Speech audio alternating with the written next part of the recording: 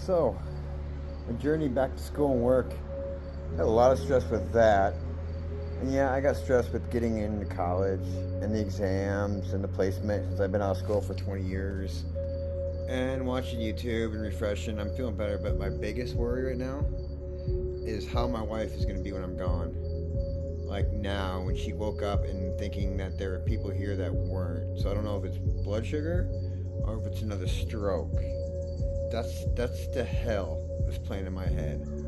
Trying to go forward, which she's been 100% supportive, but the fact of, is she gonna be okay when I'm gone doing labs and other stuff? Because I'm going for surgical tech. So the beginning, yeah, I gotta do core classes. That's not so much. But when I get into the hard stuff where I'm not gonna be home much, that's my biggest stressor. It's not so much the schoolwork, because I can study, I can prepare, I can do all that, but it's the unknown of what's gonna happen when I'm not here.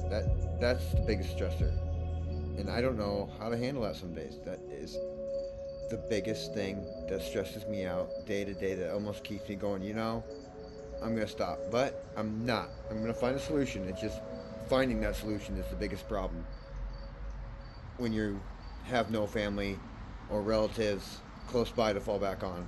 That's the other thing we don't have. I don't have a mom or an aunt or a cousin or somebody else that can come chill with her, and she's not too keen about strangers coming in because that's a whole other subject for a whole other video. But the biggest issue right now is trying to get her stable enough to where I can feel comfortable being away from the house, if that makes sense. That's the biggest issue with caregiving of a loved one is being able to step out and finally take care of everyday living expenses and everyday things, and knowing that they could possibly be home on the floor dead when you get home.